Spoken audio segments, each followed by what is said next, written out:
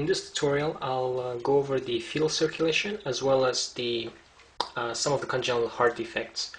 So I'll just go straight into it, and we'll begin here first with the quick anatomy. So you have your placenta in cross-section.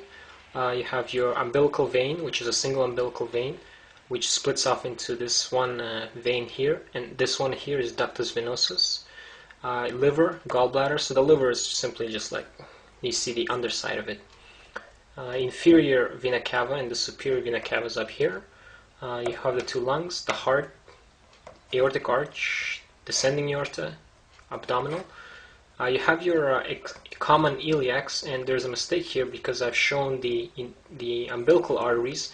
They're supposed to arise from the internal iliac, but looks here like it's coming from the common iliacs. So there should be common iliac arteries splits into external internal iliac arteries, and the umbilical arteries then come off from the internal iliac arteries. Okay, so there's two umbilical arteries and a single umbilical vein. Okay, so let's just also look at the placental anatomy. The placenta consists of this outside, which is the myometrium. Okay, inside layer is the endometrium, and here also known as decidua. Here within the endometrium, you'll also see these tiny openings. These are your spiral arteries, spiral veins, and also this endometrium forms these septa. So these are known as decidual septa, endometrial septa, whichever you call it.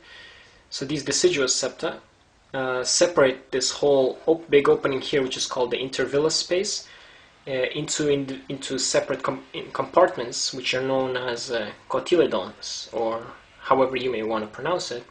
So just one more time, let me bring this closer. You have myometrium, endometrium, spiral arteries and veins in the endometrium, intervillous space, this big opening here, decidual septa, which separate the intervillous space into these compartments called cotyledons, and on this side you have the chorionic plate. Okay, so that's pretty much, it's very easy. So, and then you have villi. So there's like, this is where material exchange takes place, right? You have nutrients coming in, waste coming out, there's gas exchange, heat, everything happens at these villi. So we'll just start off with this villus, and we'll just follow the material into the fetus.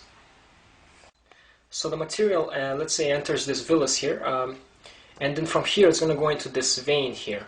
So the brighter color is the veins, the darker color is the arteries, because here it's the opposite. It's the veins that are more oxygenated than the arteries, just like your pulmonary vein versus pulmonary artery, same thing here.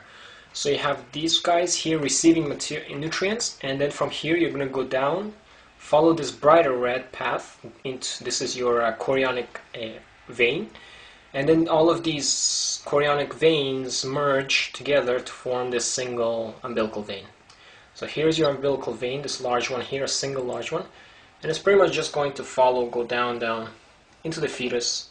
So it's going to go through the umbilicus here, but I've just depicted it going like this just for clarity. So it's going to go into the liver. Half of this umbilical vein, which is highly oxygenated and has lots of nutrients, half of it's going to go to the liver to get nutrients for the fetus, and the other half through the ductus venosus is going to go and into the inferior vena cava. Okay, so very easy. And before we move on, let's just go back here and look at the artery. So the umbilical arteries, two of them arise from the internal iliac. There's the two of them, and they pretty much go together like this. They loop around the umbilical vein, they enter the placenta, and then they do the exact same thing. So the umbilical arteries become chorionic arteries, so the darker red ones here, you follow this one, and then they empty into the villi, and from the villi the wastes go out, right? And again the nutrients come in, so the nutrients would be coming back in, and then you just follow the top one again through the umbilical vein and back in the fetus. Very easy. Okay, so that's placenta. Let's move on. So this oxygenated blood, and again half of it goes down to the liver to get the nutrients it received from the placenta to the liver, and then back, and then the liver gives it the fetus. But the other half goes through the ductus venosus and merges with drains into the inferior vena cava. So this is your inferior vena cava, and together this oxygenated blood with deoxygenated blood from the inferior vena cava, they remain separate. They don't mix. They remain separate. They enter the right atrium. So let me move closer. So in the right atrium, also the superior vena cava drains here.